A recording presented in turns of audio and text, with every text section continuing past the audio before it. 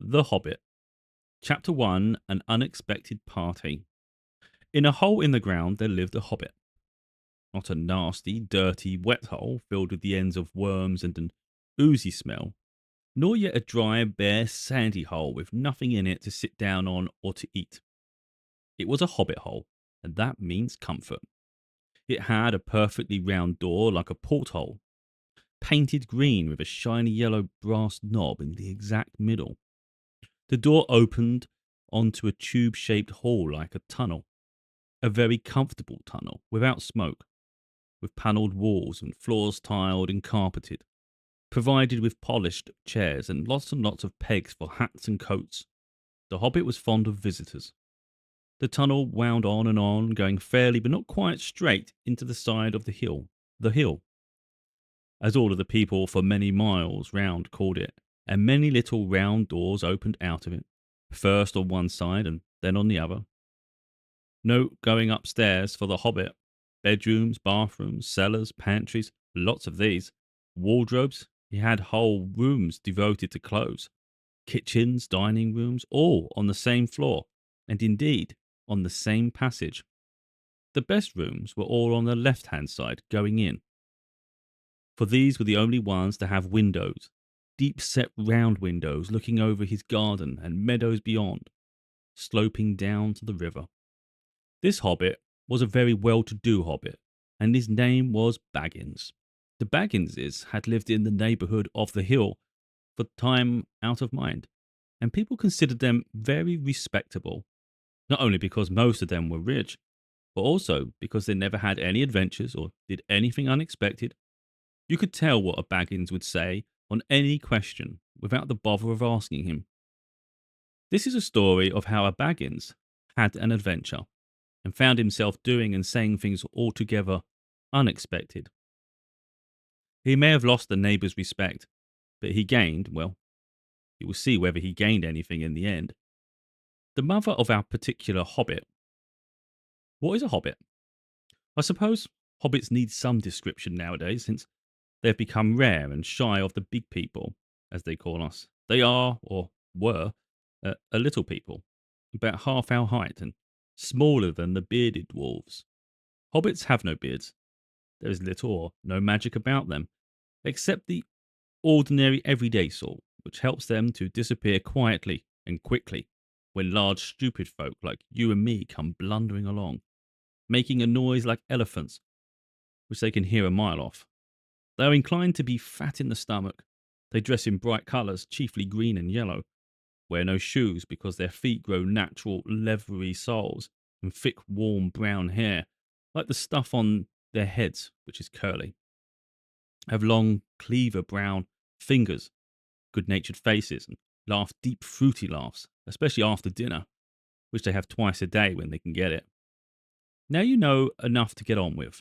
As I was saying, the mother of this hobbit, of Bilbo Baggins that is, was the famous Belladonna Took, one of the three remarkable daughters of the Old Took, head of the hobbits who lived across the water, the small river that ran at the foot of the hill. It is often said in other families that long ago one of the Took ancestors must have taken a fairy wife. That was of course absurd, but certainly there was still something not entirely hobbit-like about them, and once in a while members of the Took clan would go and have adventures. They discreetly disappeared, and they famously hushed it up, but the fact remained that the Tooks were not as respectable as the Bagginses, though they were undoubtedly richer. Not that Belladonna Took ever had any adventures after she became Mrs. Bungo Baggins. Bungo, that was Bilbo's father, built the most luxurious hobbit hole for her, and partly with her money. That was to be found either under the hill or over the hill or across the water, and there they remained to the end of their days. Still, it is probable that Bilbo, her only son, although he looked and behaved exactly like a second edition of his solid and comfortable father, got something a bit queer in his makeup from the Took side, something that only waited for a chance to come out. The chance never arrived until Bilbo Baggins was grown up, being about 50 years old or so. and living in the beautiful hobbit-hole built by his father, which I have just described for you, until he had, in fact, apparently, settled down immovably. By some curious chance, one morning, long ago in the quiet of the world, when there was less noise and more green, and the hobbits were still numerous and prosperous, and Bilbo Baggins was standing at his door after breakfast smoking an enormous long wooden pipe that reached nearly down to his woolly toes, neatly brushed, Gandalf came by. Gandalf! If you had ever heard only a quarter of what I have heard about him, and I have only heard very little of all there is to hear, you would be prepared for any sort of remarkable tale. Tales and adventures sprouted up all over the place, wherever he went, in the most extraordinary fashion. He'd not been down that way, under the hill, for ages and ages, not since his friend the old Took died. In fact, and the hobbits had almost forgotten what he looked like. He'd been away over the hill and across the water on businesses of his own, since they were all small hobbit boys and hobbit girls. All that the unsuspecting Bilbo saw that morning was an old man with a staff. He had a tall, pointed blue hat, a long grey cloak, a silver scarf over which his long white beard hung down below his waist, and immense black boots. "Good morning," said Bilbo, and he meant it. The sun was shining and the grass was very green. But Gandalf looked at him from under long, bushy eyebrows that struck out further than the brim of his shady hat. "What do you mean?" he said. "Do you wish me a good morning? Or mean that it is a good morning whether I want it or not? Or that you feel good this morning? Or that it is a morning to be good on?" "All of them at once," said Bilbo, "and a very fine morning for a pipe of tobacco out of doors into the bargain. If you have a pipe about you, sit down and have a fill of mine. There's no hurry, we have all the day before us." Then Bilbo sat down on a seat by his door, crossed his legs, and blew out a beautiful grey ring of smoke that sailed up into the air without breaking and floated away over the hill. "Very pretty," said Gandalf, "but I have no time to blow smoke rings this morning. I'm looking for someone to share in an adventure that I am arranging, and it's very difficult to find anyone." "I should think so in these parts. We are plain, quiet folk and have no use for adventures. Nasty, disturbing, uncomfortable things. Maybe you late for dinner. I can't think what anybody sees in them," said our Mr. Baggins, and stuck one thumb behind his braces and blew out another, even bigger smoke ring. Then he took out his morning letters and began to read, pretending to take no more notice of the old man. He had decided that he was not quite his sort and wanted him to go away. But the old man did not move. He stood leaning on his stick and gazing at the hobbit without saying anything, till Bilbo got quite uncomfortable, even a little cross. "Good morning," he said at last. "We don't want any adventures here, thank you. You might try over the hill or across the water." By this he meant that the conversation was at an end. "What a lot of things you do use good morning for," said Gandalf. "Now you mean that you want to get rid of me? And that it won't be good till I move off?" "Not at all, not at all, my dear sir. Let me see. I don't think I know your name." "Yes, yes, my dear sir, and I do know your name, Mr. Bilbo Baggins. And you do know my name, though you don't remember that I belong to it. I am Gandalf, and Gandalf means me. To think that I should have lived to be good morning by a belladonna Took's son, as if I was selling buttons at the door. Gandalf, Gandalf! Good gracious me! Not the wandering wizard that gave old Took a pair of magic diamond studs that fastened themselves and never come undone till ordered. Not the fellow who used to tell such wonderful tales at parties about dragons and goblins and giants and the rescue of princesses and the unexpected luck of widows' sons.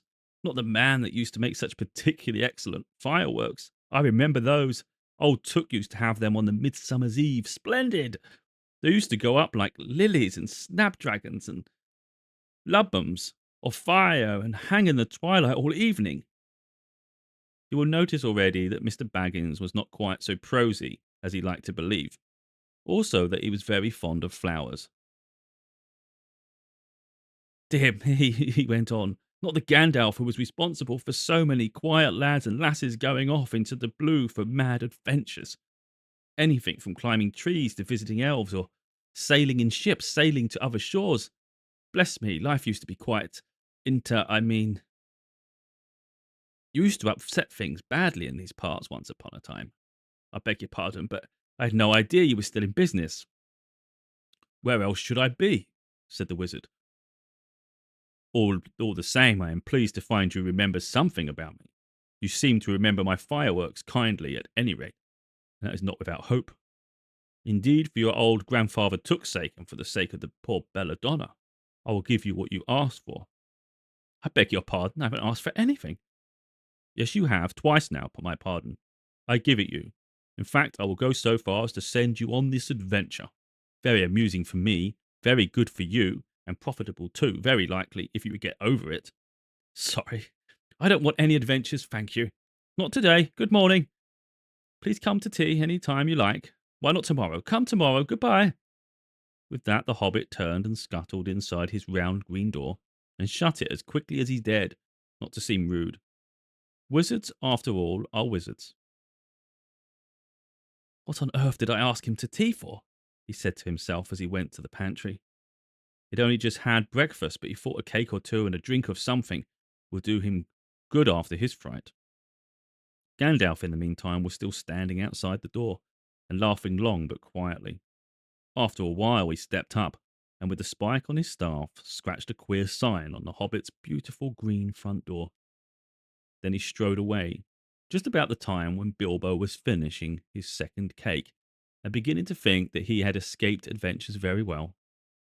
The next day he had almost forgotten about Gandalf. He did not remember things very well, unless he put them down on his engagement tablet, like this: Gandalf Tea Wednesday. Yesterday he had been too flustered to do anything of the kind. Just before tea time there came a tremendous ring on the front door bell, and then he remembered.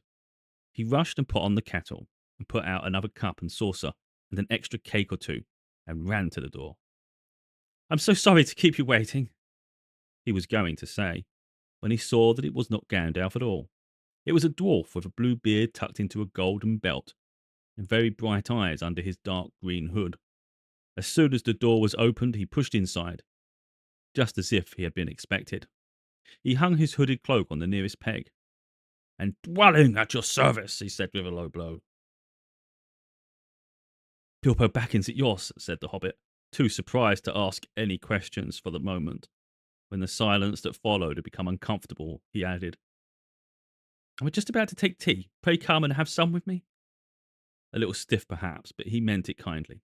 And what would you do if an uninvited dwarf came and hung his things up in your hall without a word of explanation? They'd not been at the table long. In fact, they had hardly reached the third cake when there came another, even louder ring at the bell.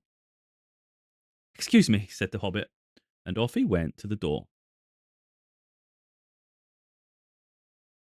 So you got here at last?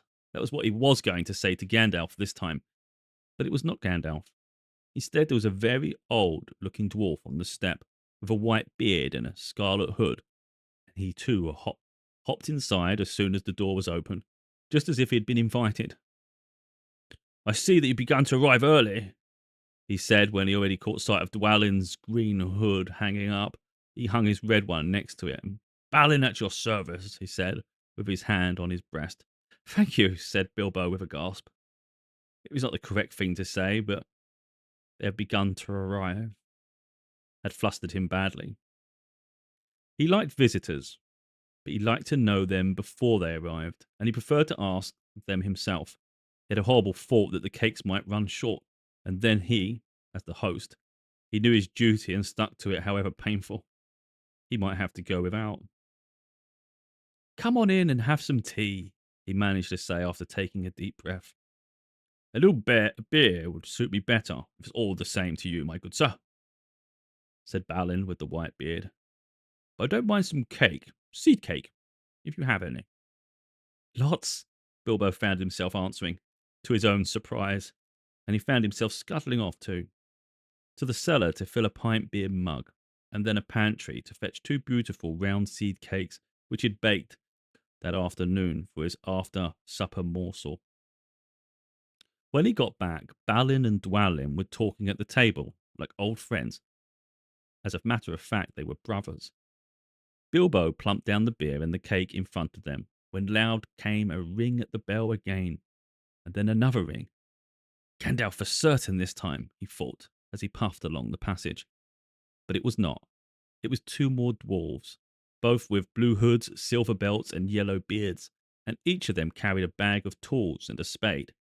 In they hopped as soon as the door began to open. Bilbo was hardly surprised at all.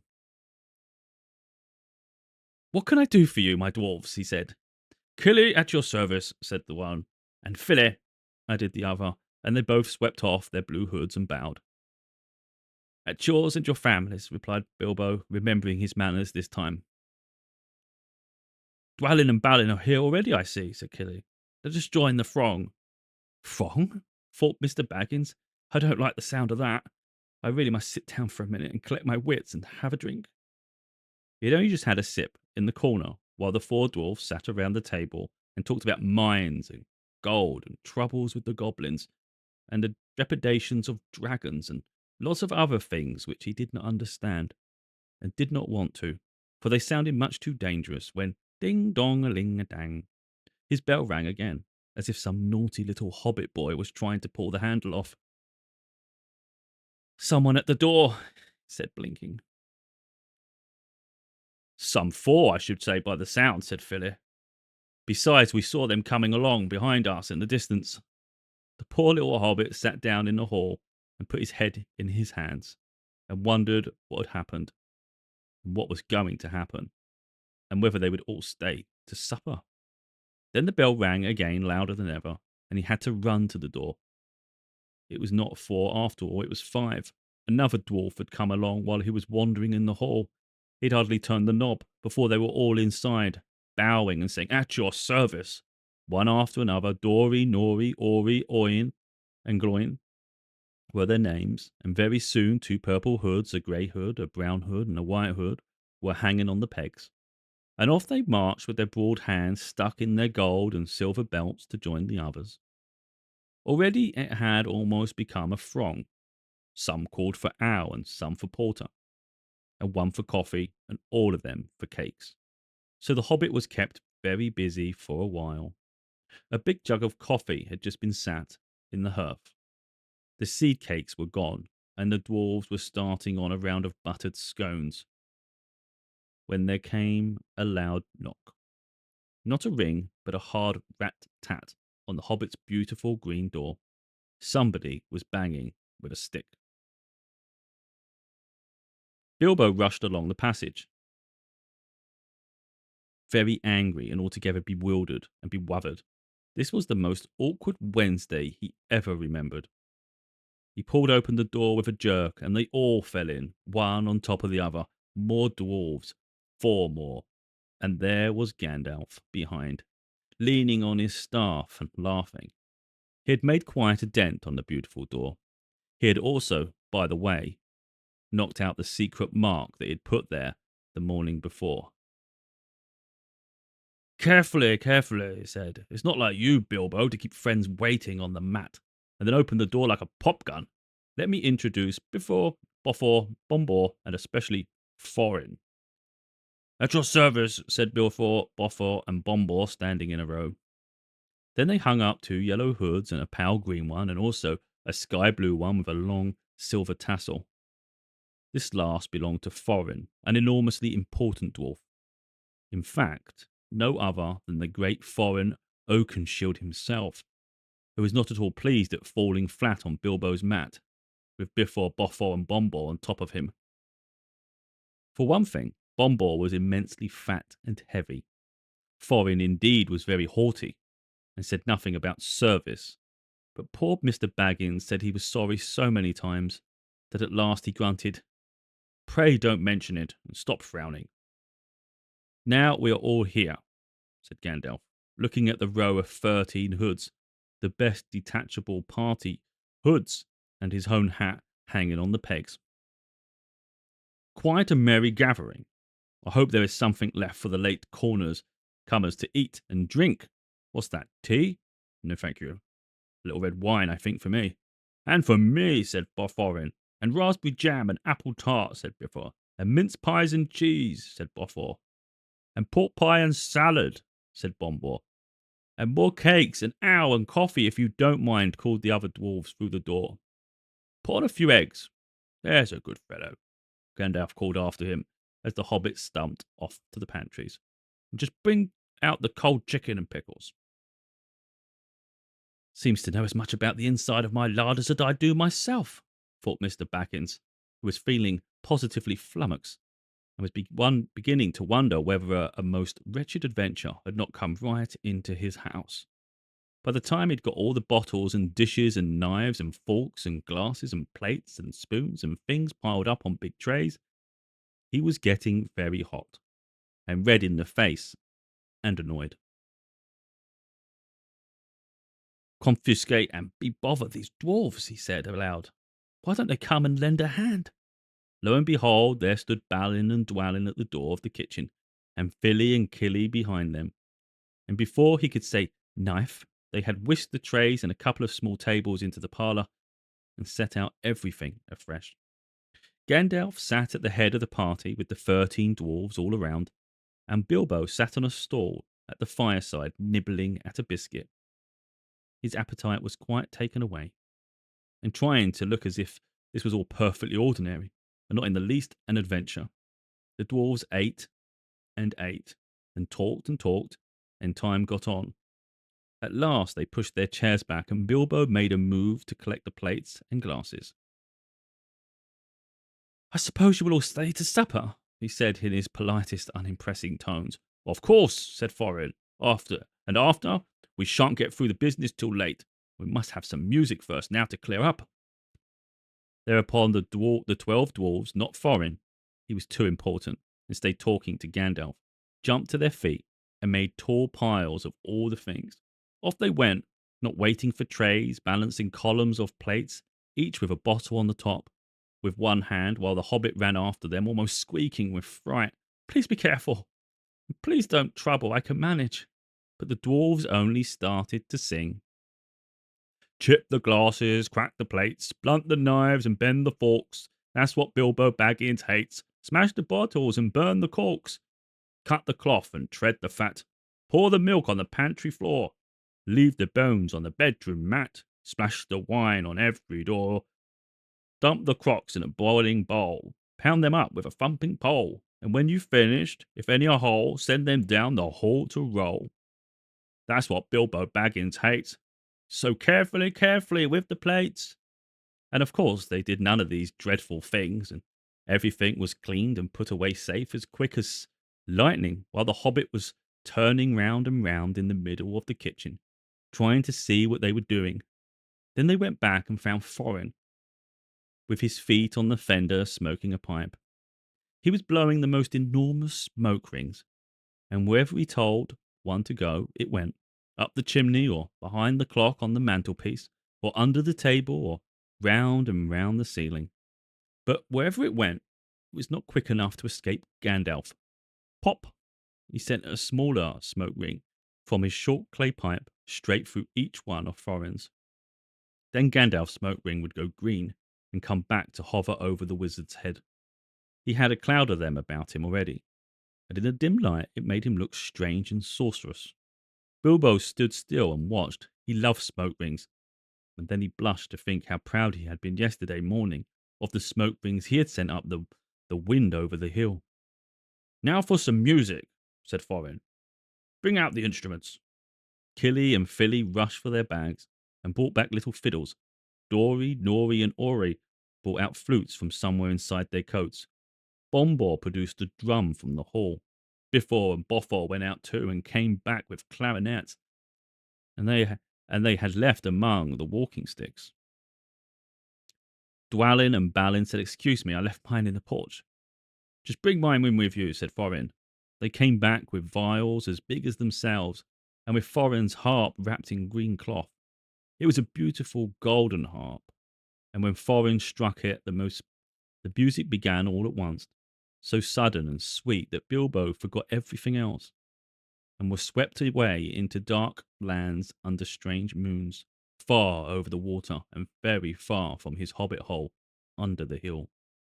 The dark came into the room from the little window that opened in the side of the hill. The firelight flickered. It was April, and still they played on, while the shadow of Gandalf's beard wagged against the wall. The dark filled all the room, and the fire died down, and the shadows were lost, and still they played on. And suddenly, first one and then another began to sing as they played, deep throated singing of the dwarves in the deep places of their ancient homes. And this is like a fragment of their song, if it can be like their song without their music. Far over the misty mountains cold, to dungeons deep and caverns old, we must away ere break of day, to seek the power enchanted gold. The dwarves of yore made mighty spells, while hammers fell like ringing bells, in places deep where dark things sleep, in hollow halls beneath the fells. For ancient king and elvish lord, there many a gleaming golden hoard, they shaped and wrought and laught they caught, to hide in gems on hilt of sword. On silver necklaces they strung, the flowering stars on crowns they hung, the dragon fire and twisted wire, they meshed the light of moon and sun. Far over the misty mountains cold, to dungeons deep and caverns cold, we must away ere break of day, to claim our long forgotten gold. Goblets they carved there for themselves, and harps of gold where no man delves. There lay their long, and many a song was sung unheard by men or elves. The pines were roaring on their height, the winds were moaning in the night.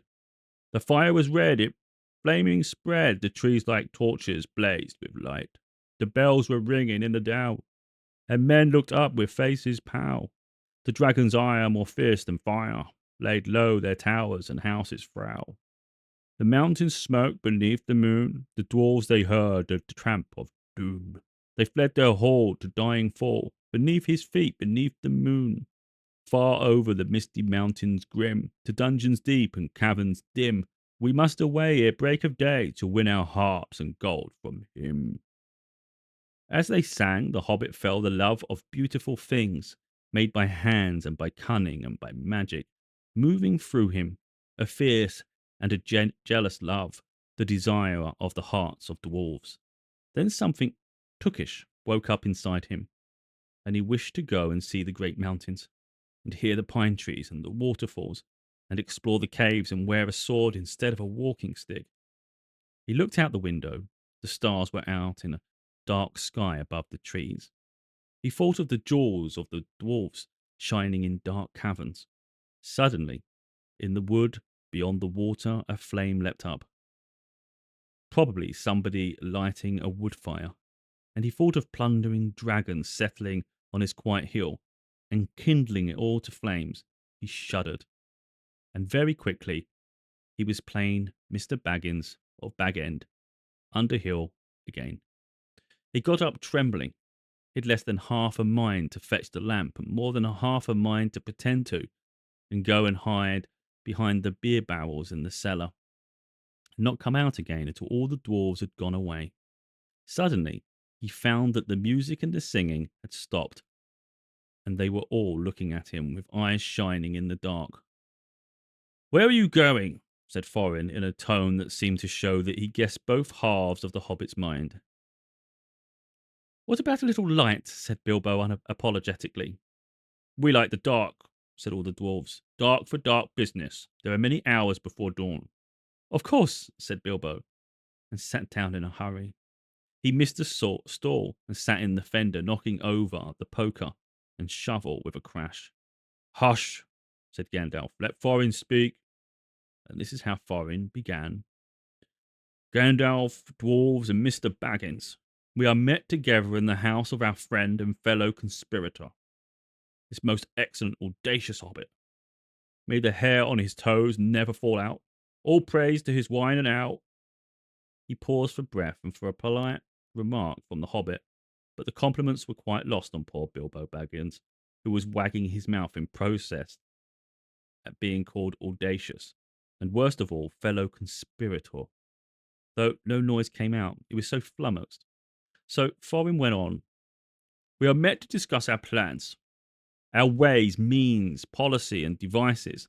We shall soon, before the break of day, start our long journey, a journey from which some of us, or perhaps all of us, except our friend and consular, the generous wizard Gandalf, may never return. It is a solemn moment. Our object is, I take it, well known to us all, to estimable Mr. Baggins, and perhaps to one or two of the younger dwarfs. I think I should be right in naming Killy and Philly, for instance. The exact situation at the moment may require a little brief explanation. This was Thorin's style. He was an important dwarf. If he'd been allowed, he would probably have gone on like this until he was out of breath, without telling anyone there anything that was not known already. But he was rudely interrupted. Poor Bilbo couldn't bear it any longer. That may never return. He began to feel a shriek coming up inside, and very soon it burst out like the whistle of an engine coming out of a tunnel. All the dwarves sprang up, knocking over the table. Gandalf struck a blue light on the end of his magic staff, and in its fireworks glare, the poor little hobbit could be seen kneeling on the hearth rug, shaking like a jelly that was melting. Then he fell flat on the floor and kept on calling out, "Struck by lightning! Struck by lightning!" over and over again, and that was all they could get out of him for a long time. So they took him and laid him out of the way on the drawing-room sofa, with a drink at his elbow, and they went back to their dark business. "Excitable little fellow," said Gandalf as they sat down again. "Gets funny queer fits, but he is one of the best. One of the best. As fierce as a dragon in a pinch."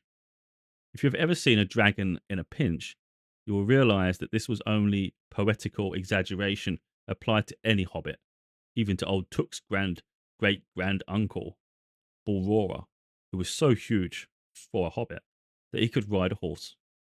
He charged the ranks of the goblins of Mount Graham in the Battle of the Green Fields, and knocked their king, Gothimball's head clean off with a wooden club. It sailed 100 yards through the air and went down a rabbit hole, and in this way the battle was won, and the game of golf invented at the same moment. In the meanwhile, however, Balrora's gentler descendant was reviving in the drawing-room. After a while and a drink, he crept nervously to the door of the parlour. This is what he heard. Gloin was speaking, or some snort. "Will he do you think? It is all very well for Gandalf to talk about this hobbit being fierce, but one shriek like that in a moment of excitement would be enough to wake the dragon, and haul his relatives and kill the lot of us. I think it sounded more like fright than excitement. In fact, if it had not been for the sign on the door, I should have been sure we had come to the wrong house. As soon as I clapped eyes on the little fellow bobbing and puffing on the mat, I had my doubts. He looks more like a grocer than a burglar." Then Mr. Baggins turned the handle and went in. The Took side had won. He suddenly felt he would go without bed and breakfast, and be thought fierce. As for little fellow bobbing on the mat, it almost made him really fierce.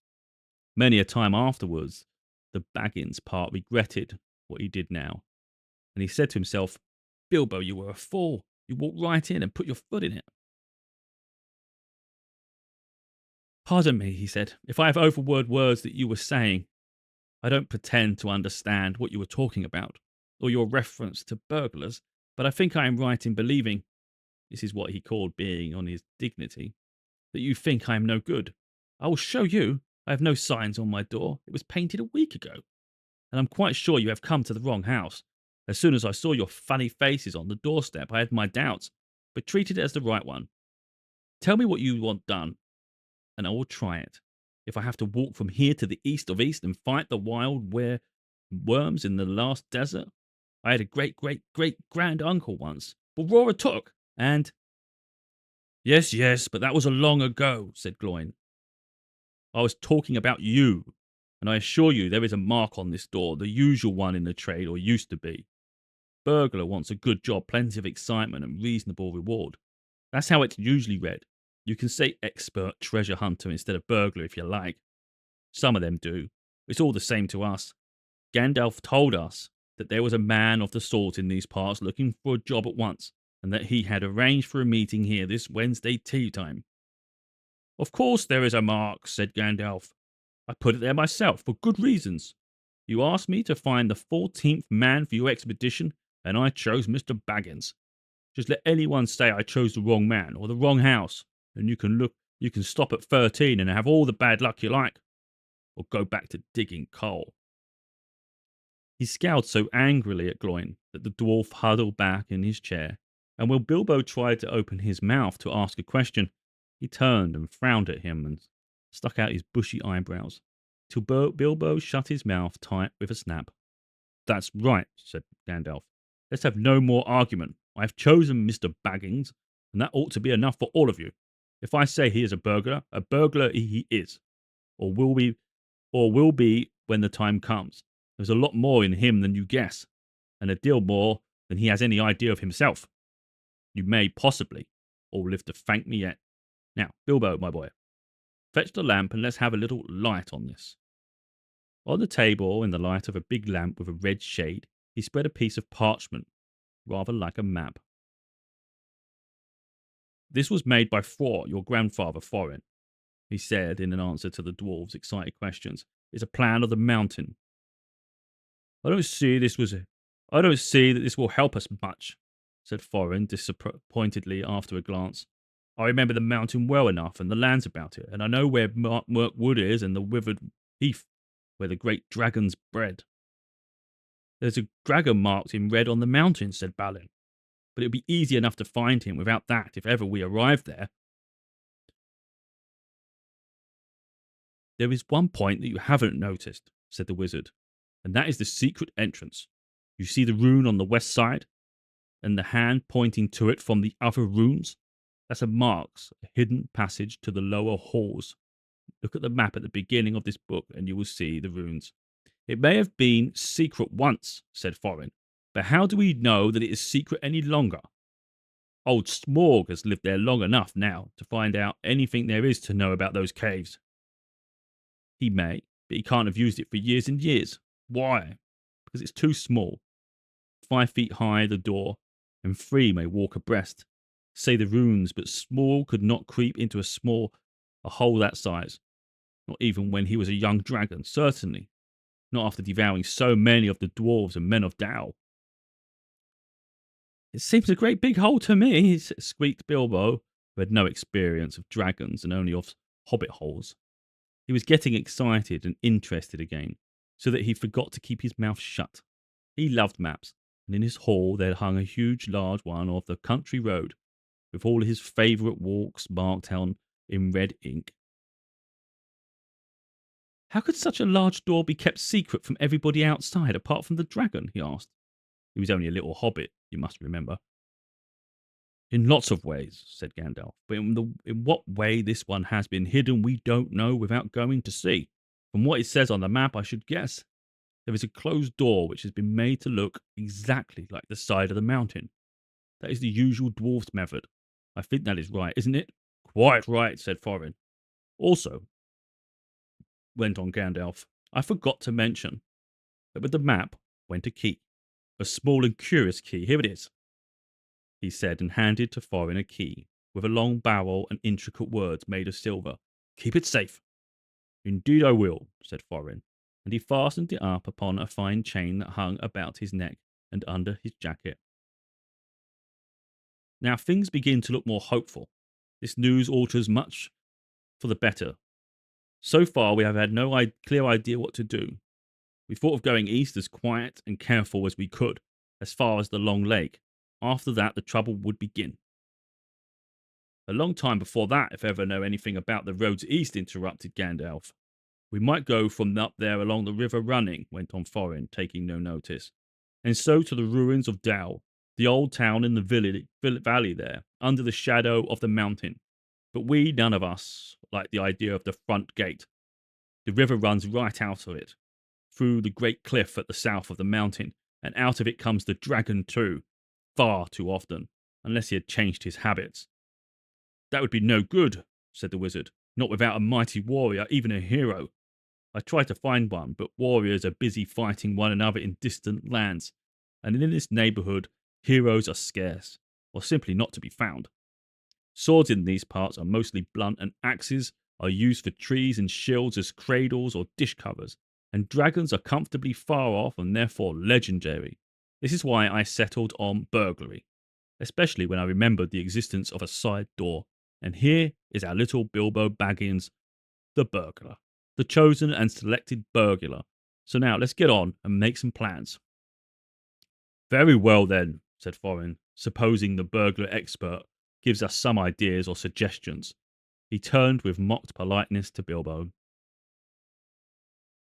First, I should like to know a bit more about things, said he, feeling all confused and a bit shaky inside, but so far still tookishly determined to go on with things. I mean, the gold and the dragon and all that, how it got there, who it belongs to, and so on and further. Bless me, said Thorin. Haven't you got a map? And didn't you hear our songs? And haven't we been talking about all this for hours? All the same, I should like it all plain and clear, said he obstinately, putting on his business manner, usually reserved for people who try to borrow money of him, and doing his best to appear wise and prudent and professional, and live up to Gandalf's recommendation.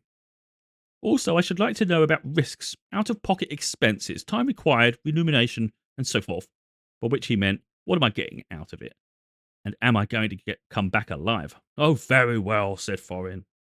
Long ago, in my grandfather Thor's time, our family was driven out of the far north and come back with all their wealth and their tools to this mountain on the map. It had been discovered by my far ancestor Thrain the Old, but now they mined and they tunneled and they made huger halls and greater workshops.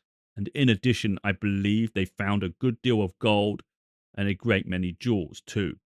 Anyway, they grow immensely rich and famous, and my grandfather was king under the mountain again, and treated with great reverence by the mortal men who lived to the south, and were gradually spreading up the running river as far as the valley overshadowed by the mountain. They built the merry town of Dow there in those days. Kings used to send for our smiths, and reward even the least skilful most richly. Fathers would beg us to take their sons as apprentices, and pay us handsomely, especially in food supplies, which we never bothered to grow or find for ourselves. Altogether, those were good days for us, and the poorest of us had money to spend and to lend, and leisure to make beautiful things just for the fun of it, not to speak of the most marvellous and magical toys, the like of which is not to be found in the world nowadays. So my grandfather's halls became full of armour, and jewels and carvings and cups, and the toy market of Dow was the wonder of the north. Undoubtedly, that was what brought the dragon. Dragons steal gold and jewels, from men and elves and dwarves, wherever they can find them, and they guard their plunder as long as they live, which is practically forever unless they are killed, and never enjoy a brass ring of it. Indeed, they hardly know a bit of work from a bad, though they usually have a good notion of the current market value, and they can't make a thing for themselves, not even mend a little loose scow of their armour. There were lots of dragons in the north in those days, and gold was probably getting scarce up there, with the dwarves flying south or getting killed, and all the general waste and destruction that dragons make going from bad to worse. There was a most specially greedy, strong and wicked worm called Smaug. One day he flew up into the air and came south. The first we heard of it was a noise like a hurricane coming from the north, and the pine trees on the mountain creaking and cracking in the wind. Some of the dwarves who happened to be outside. I was luckily a fine adventurous lad in those days, always wandering about, and it saved my life that day. Well, from a good way off, we saw the dragon settle in on the mountain in a spout of flame. Then he came down the slopes, and when he reached the woods, they all went up in fire. By the time all the bells were ringing in Dow and the warriors were arming, the dwarves rushed out of their great gate, but there was the dragon waiting for them.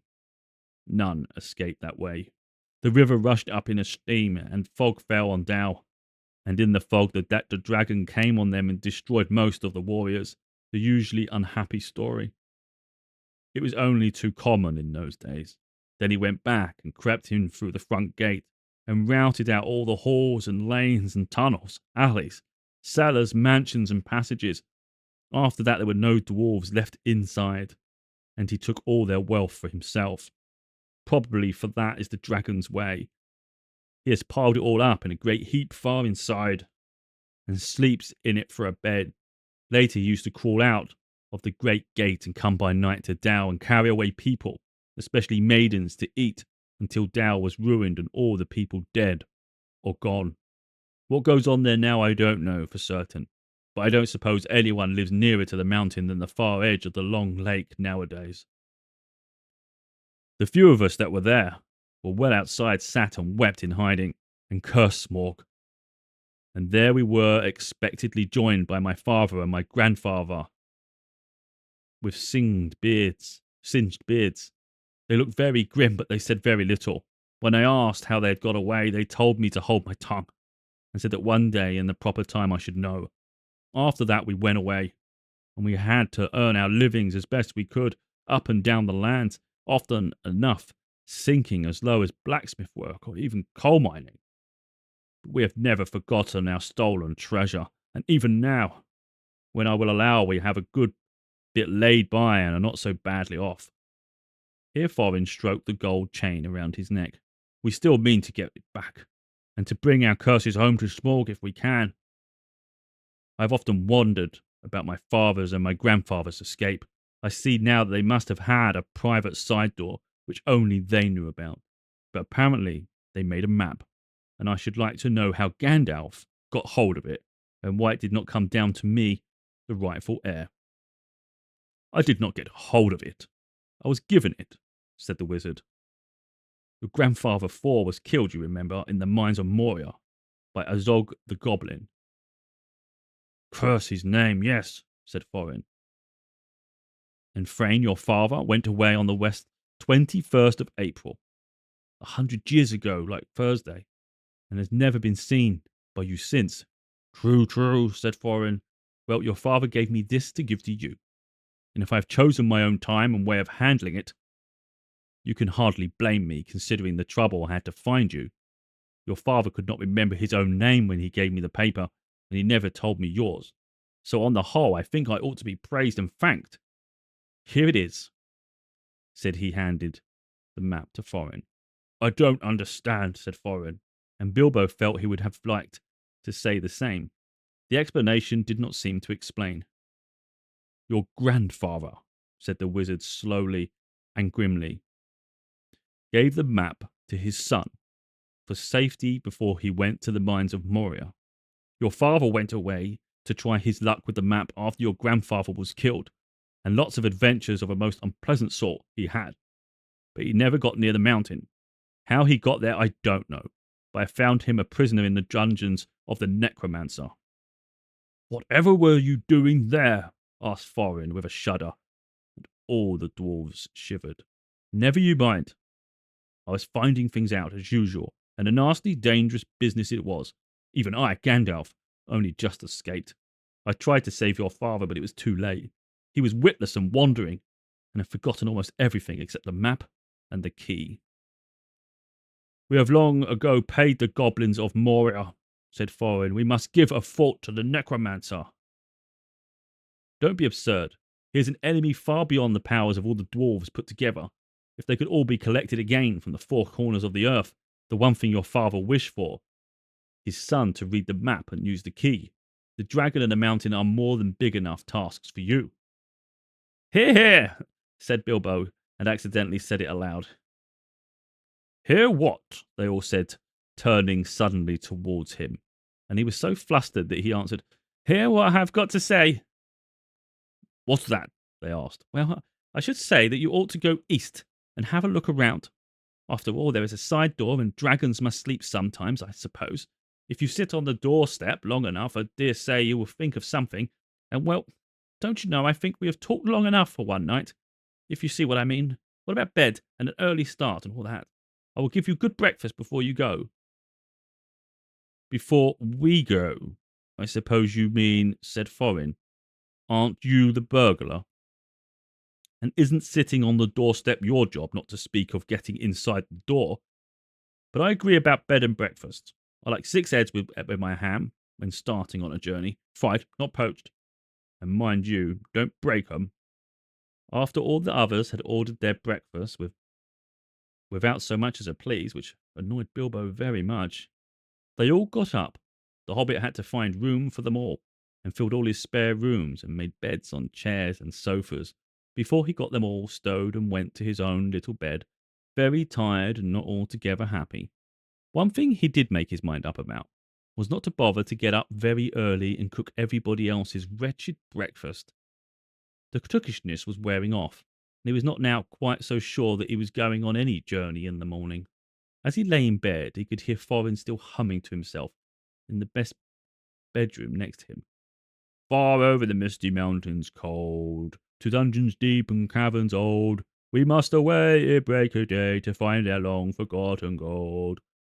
Bilbo went to sleep with that in his ears, and it gave him very uncomfortable dreams.